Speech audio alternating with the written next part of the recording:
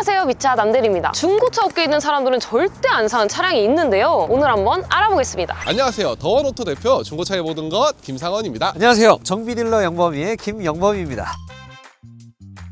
마세라티 같은 경우에는 수리비가 굉장히 많이 들기 때문에 디자인 보고 구입했다가 되파는 경우가 되게 많아요. 그래가지고 저는 비추입니다. 저는 사도 된다고 생각합니다. 용기만 있다면. 이 마세라티가 솔직히 신차 대비 강가율 자체만 봤을 때는 어쨌든 이 프리미엄 브랜드의 금액이 아니거든. 브랜드의 밸류 자체는 어찌 보면 이제 벤비아, 독3사보다도 약간은 위에 있는 그런 브랜드란 말이에요. 근데 중고차 가격은 벤비아보다 또 저렴해. 그래서 가격 대비 마크만 본다면 괜찮은 선택이 될 수도 있지 않을까.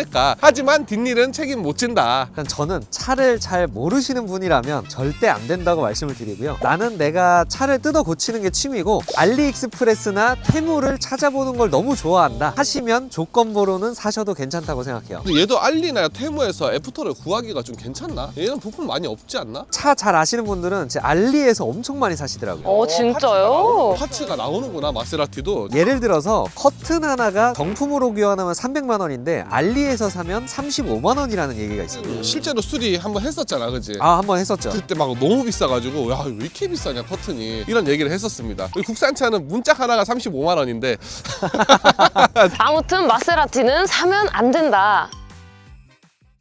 이 마세라티가 나는 우리나라에서만 이미지가 날아가서 안 팔리는 줄 알았는데 그게 아니더라고. 이 전 세계적인 판매량도 굉장히 많이 낮아졌고 다른 회사로 이제 인수합병이 될 거라는 소문, 이건 팩트는 아니고 그런 소문이 있었습니다. 그렇게 이미지가 하락을 하면서 이제 수요가 많이 없어지다 보니까 금액이 자연스럽게 떨어지지 않을까. 이 마세라티 기볼리라는 차종인데 정말 저렴한 건 1000만 원대, 좀 비싸고 연식 키로수 좋아도 한 3000만 원 초반 정도면 괜찮은 모델을 사더라고요. 이미지가 하락한 이유 자체가 카푸어의 대명사인 차종이잖아요. 난 좋은데, 너 예뻐. 뒤를 생각하지 않고 구매했다가 갑자기 500만 원, 1000만 원대의 수리비가 나와버리면 에라 모르겠다 하고 이제 판매하시는 분들, 그러면서 신용 점수가 많이 안 좋아지신 분들이 생각보다 많기 때문에 그 이유 때문에도 그렇고 1000만 원대에도 구입을 하면서 이게 구형인지 신형인지도 구분이 잘 되지 않는 그런 디자인을 가지고 있다 보니까 맞아, 기블리는 출시한 이후 풀체인지를 한 번도 한 적이 없다. 그래서 이제 보통 적은 돈으로 많은 하차감을 느끼고 싶은 분들이 주로 선택하는 차종이다 보니까 서서히 시세가 쭉쭉 빠졌던 게 아닐까. 근데 수리비를 걱정 많이 하는 분들도 계시는데 사실 이 차는 수리비를 원래 걱정하고 안 되는 차기도 합니다. 내가 소신발언 하나 할게. 포르쉐도 고장 잘 나. 그러니까 기블리가 고장이 엄청나게 잘 난다라고 이제 좀 이미지가 많이 안 좋아졌는데 솔직히 이 정도 고출력을 쓰는 차종은 대부분 고장이 잘 나요. 근데 바이럴이 너무 그쪽으로 치중되다 보니까 좀 그런 면이 있지. 실제로 마세라티 팔고 서비스 센터에 차를 입고를 시켜봤거든요. 근데 서비스 센터는 너무 친절하고 솔직히 좋았어요. 그런 좀 좋은 기억도 있었습니다. 근데 제 생각에는 어쨌든 톰 브라운 느낌은 조금 나는 것 같아요. 벤츠나 BM이 아무래도 애프터마켓이 형성이 잘 돼 있다 보니까 부품 수급을 저렴하게 받으실 수 있거든요. 그래서 저는 수입차를 산다면 독3사 중에 사시는 거를 추천드려요. 덧붙일 말이 없는데? 수입차를 살 거면 벤츠나 BM을 사는 게 가장 현명하지. 마세라티보다는 수리비 폭탄 맞을 확률이 현저히 낮다라고 보시면 될 것 같아요. 그리고 판매량이 많은 차일수록 고질병도 되게 잘 나와 있어요. 그 고장 사례가 많으니까. 뭐 얘 같은 경우는 뭐 캠체인 커버 이런 거 누유가 심하잖아. 그렇죠. 이거 가솔린 맞나? 아무튼 그런 고질병들만 몇 가지 포인트만 제대로 찝어서 사면 좀 괜찮다. 이제 독3사 중에서도 이런 차는 좀 구매를 피해 주시는 걸 권장을 드리는데요. 이게 이제 액티브 투어러라는 차량인데 BMW의 특성에 맞지 않게 전륜구동 기반으로 나온 차량이거든요. 그러니까 네. 이게 가로배 체형이네? 맞아요. 이게 딱 보니까 익숙해 보이시지 않으세요? 현대기야? 아니요. 미니랑 엔진 배열 구조랑 너무 동일하고요. 그리고 엔진도 동일하게 사용을 하는데 이렇게 봤을 때 정비 공간성이 좀 많이 없어 보이지 않나요? 제 손도 잘 안 들어가는 거 보이시죠? 이런 차를 정비하게 되면 정말 힘들 것 같아요. 그쵸. 그래서 공인비가 비싼 거예요. 그래서 BMW가 OEM이 많으니까 수리비가 저렴하겠지 라고 했다가 갑자기 엄청난 공인비로 폭탄을 맞을 수가 있는 거죠. 그래서 BMW라도 이런 차는 피해 주셔야겠죠. 난 디자인 때문에 피하라는 줄 알았는데 저렇게 전륜 기반의 BMW는 약간 그 BMW의 드라이빙 재미를 온전히 느낄 수는 없겠다. 아무래도 전륜구동 기반이다 보니까 껍데기만 다른 미니라고 저는 생각합니다. 대리님이 BMW 제일 좋아하잖아요. 맞아요. 이게 ZF 8단 미션에 후륜구동 조합이 정말 좋은데 저 차는 전륜이라 안 되겠네요.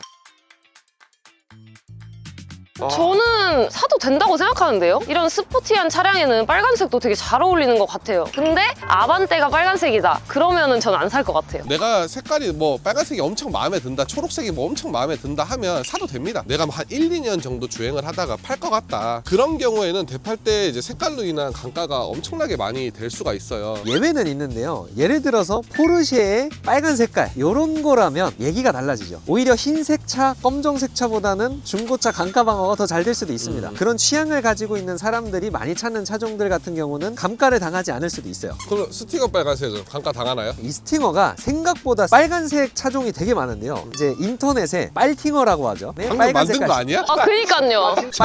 빨팅어라고 치면은 그래? 네, 어. 빨팅어라고 검색하면은 차 진짜 많이 나와 있습니다. 어. 이런 취향을 가지고 있는 분들이 있기 때문에 이런 차들은 시세가 오히려 떨어지진 않아요. 그거 너가 팔고 있는 거지. 아니요, 제 차 아니에요, 제 차 아니에요. 아 실제로 가장 인기 많은 흰색 차량이 금액도 조금 더 높습니다. 그래서 내가 빨간색을 너무 좋아하는데 오래 탈 거다 그러면은 가격적인 메리트도 있을 수 있겠죠. 이 정도 사고차는 사도 되는 거 맞아? 아 이거는 안 되죠. 지금 엔진까지 먹은 거죠? 네, 여기 안에 자세히 보니까 엔진까지 좀 밀린 것 같더라고요. 그러니까. 흡기 매니폴드가 약간 깨져 있어요. 그리고 이런 차가 야매 수리라면 저기 지금 에어백 터진 거거든요. 원래는 에어백까지 다 수리하려면 대시보드까지 다 수선하려면 엄청 비싸거든요. 근데 진짜 싸게 수리해서 고치는 곳에는 안 넣어줘. 에어백을요? 진짜. 그래서 나는 에어백이 터질 정도 사고차는 혹시 모르니까 좀 피하는 게 안전상으로도 좋지 않을까 싶어요. 이렇게 보시면은 안에 전자장비들까지 다 먹은 걸 보실 수 있거든요. 배선도 엉망이에요. 이런 부분은 고친다 하더라도 나중에 문제가 발생할 확률이 높기 때문에 피하는 게 좋습니다. 그렇죠. 지금 당장 이렇게 찌그러진 부분은 뭐 새 걸로 돈을 많이 들여서 교체를 한다고 하더라도 엔진 전체가 약간 이제 뒤로 밀렸을 가능성이 있어서 고속주행을 할 때 직진성이라든지 엔진 출력을 제대로 못 쓴다든지 밸런스가 안 맞는다든지 이런 좀 추후의 문제까지도 생각을 해야 되다 보니까 수리가 아무리 잘 되어 있다 하더라도 이 정도 큰 사고차는 구매하지 않는 걸 권장을 드립니다. 오, 네. 열린다. 네. 엔진은 또 생각보다 깨끗해. 근데 이제 이게 약간은 밀렸을 거예요. 그렇지. 네. 여기도 이렇게 찢어진 것 봐요. 야, 신기하다. 이런 거 어디서 보냐? 그러니까요. 이런 거 어디서 보냐고. 미차에서만 볼 수 있다. 구독 누르셔야 된다.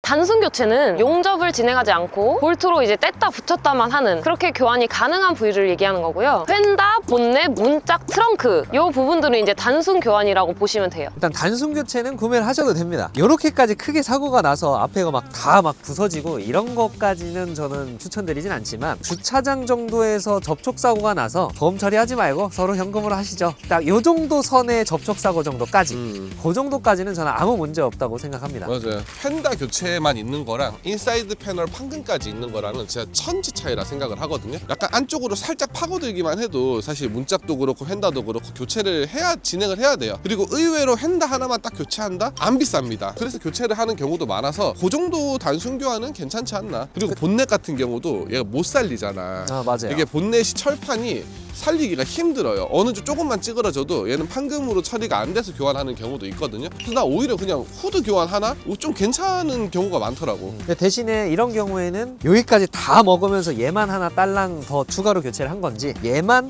위에서 뭐가 떨어져서 교체를 한 건지 이런 거는 보험 이력이나 정비 이력을 보면서 확인을 해봐야겠죠. 그리고 이제 단순 교환이 있다 해서 괜찮다고만 생각하지 마시고 이런 인접 부위에 데미지는 없었는지 화손은 없는지 이런 것도 꼭 체크를 해보셔야 돼요. 이게 신차가가 이제 보통 수입 대형 세단이라고 하면 1억 5천만 원, 2억 네. 정도까지 가는 차인데 중고차로는 5천만 원에도 만나볼 수 있다는 게 저는 아름답다고 생각합니다. 물론 여기서 전제 조건은 연끌을 해서 내 최대치의 차를 사는 게 이 녀석이다. 안 돼. 안 되죠. 근데 그냥 그런 게 아니라 난 진짜 여유가 있는데 근데 조금 이 돈을 아끼면서 좋은 차를 타고 싶어.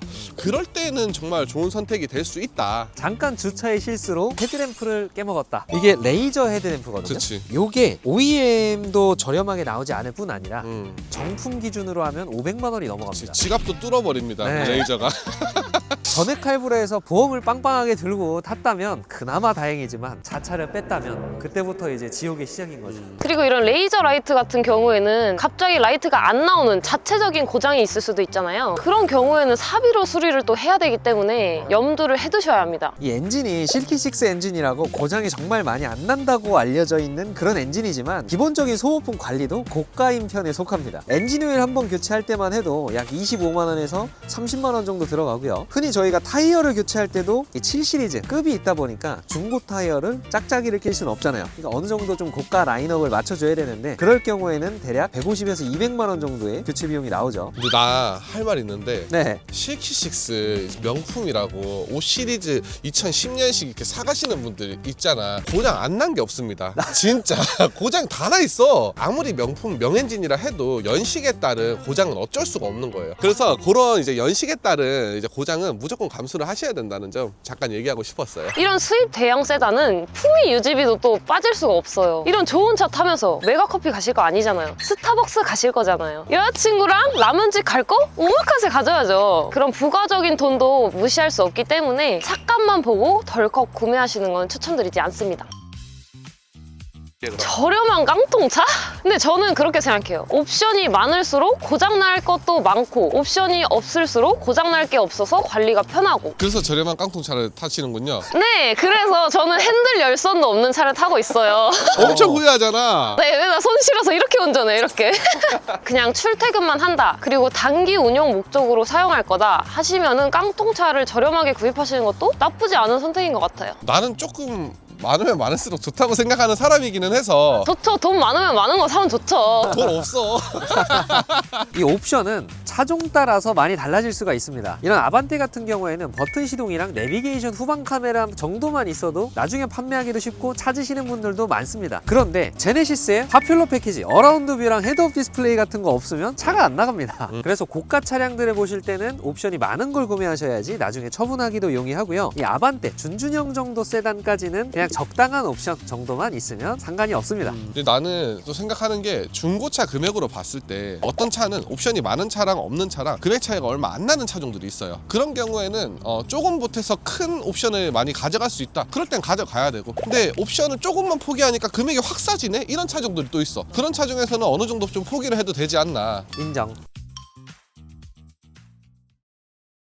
여기 어디 있을 것 같은데, 난 이런 고출력차 같은 경우에는 고장에도 취약하고 진짜 처음 운전 시작하면 누구나 남자들 느낄 거예요. 지가 운전 잘하는 줄 알거든. 근데 지나고 나서 생각하면 와, 내가 저렇게 운전했었구나 이런 생각을 하게 된단 말이에요. 근데 그런 마음에 좀 더 불을 지피는 자동차일 수도 있단 말이에요. 그래서 이런 차는 유지 관리비 면으로도 그렇고 남들에게 피해를 주는 운전자가 될 수도 있는 차기 때문에 내가 운전에 익숙해지기 전까지는 좀 피해야 되는 차가 아닐까 생각합니다. 저는 정말 미안하지만 쉐보레, 절대 사면 안 되는 차 쉐보레요. 제가 지금 타고 있는 차가 첫 차인데 그것도 쉐보레 크루즈 차량이에요. 중고차 시세로 하면 500이면 구입을 할 수 있거든요. 저도 저렴해서 구입했던 거였는데 실제로 타다 보니까 이제 쉐보레가 현대 기아보다 수리비가 1.5배 이상 높습니다. 제가 누유 수리하는 데만 100만 원을 넘게 쓰니까 엄청 부담이 되더라고요. 그래서 저는 그냥 무난하게 현대 기아 차량 사시는 거를 추천드립니다. 저는 무난하게 현대 기아 차 중에 이제 이 정도 중형 SUV급을 사회초년생들이 보시는 분들이 가끔 계시더라고요. 그리고 세단도 그랜저급을 보시는 분들이 있는데 이 3천만 원 정도 언더로 중고차로 구입을 할 수 있다 보니까 이제 할부도